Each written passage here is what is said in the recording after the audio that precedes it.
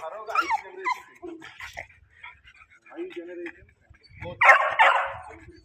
మీరు ప్రాపర్గా బ్రీడ్ చేసి షోలో జనరేషన్ బ్రీడ్ అవుతాయి అమ్మకం అయింది కదా షోలో హౌస్ నుంచి ఒక అబ్రాడ్ కూడా వచ్చి ఒక జడ్జి ఇంప్రెస్ చేయాలంటే అది మనం వాళ్ళు ఏం చేస్తారు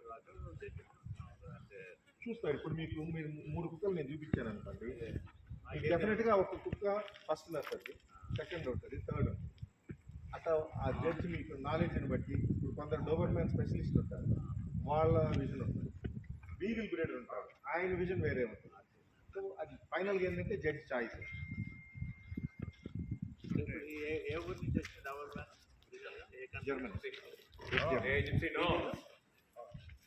కరెక్ట్ తెలీదు. వేరే బ్రీడ్ నాకు గుర్తుకోండి. డోబర్మ్యాన్ అంటే బాక్సర్, గ్రేట్ డేన్, రాట్ వెల్లర్ ఇవన్నీ Germany. Most of the working dog German. But German shepherd అనేది ఈ రోజు కూడా వాళ్ళే లీడింగ్. బట్ డోబర్మ్యాన్ వచ్చి Americans, number 1 Americans. German shepherd కూడా చాలా వైల్డ్.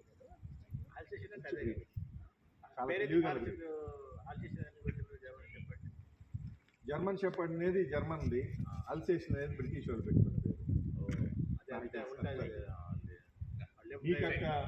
మంచి కుక్క, మంచి సేమ్ బ్రీడే.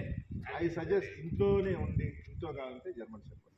దానికి ఉండి తెలివితేటలు కానీ చాలా షెల్ఫ్ లైఫ్ తక్కువ కదా బ్రీడే. కాకపోతే మంచి బ్లడ్ లైన్ ఉండాలా, మంచిగా సాకాల, సంవత్సరం రోజులు బాగా కష్టపడి సాకాలి. దాన్ని ఎక్సర్సైజ్ కానీ చాలా మంచి. ఇప్పుడు కూడా నేను అప్పుడప్పుడు చెప్తాను, మంచి డబ్బు పెట్టు కుక్క జర్మన్ షెపర్డ్. దాని రాజసమే వేరే. మంచి కుక్క ఉంటే దాన్ని అది ఎట్టండి మీరు ఆడుంటే ఎంతసేపు అని మీ దగ్గరే ఉంటుంది. ట్రైన్ చేస్తేనే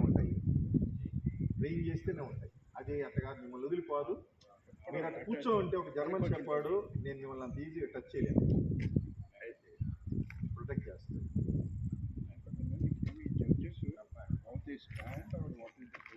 ఫస్ట్ వాటికి స్టాండర్డ్ సైజ్ ఉంటుంది. అది కళ్ళు ఉండాలా, నోస్ ఉండాలా, హెడ్ ప్లేన్స్ అన్నీ ఒక స్టాండర్డ్. దానికి మ్యాచ్ చేస్తుంది.